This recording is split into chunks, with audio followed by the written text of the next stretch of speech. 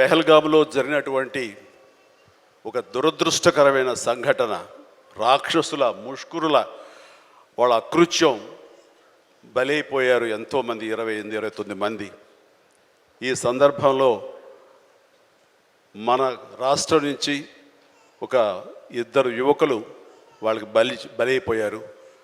And ఇది చాలా దురదృష్టకరమైన సంఘటన.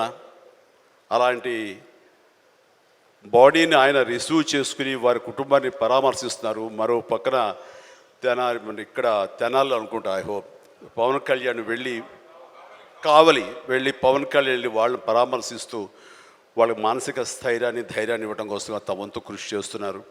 అండ్ వీళ్ళు చేసినటువంటి ఈ ప్రయత్నాన్ని మనస్ఫూర్తిగా నేను అభినందిస్తూ, అలాగే ఆ కుటుంబం 50 మందికి, అలాగే ఇతర రాష్ట్రాల్లో ప్రాణాలు అర్పించినటువంటి ప్రతి ఒక్కరికి హృదయపూర్వక నా కండోలెన్సెస్ని, సానుభూతిని తెలియజేస్తూ వాళ్ళ ఆత్మశాంతి చేకూరాలని సభాముఖంగా నేను కోరుకుంటున్నాను.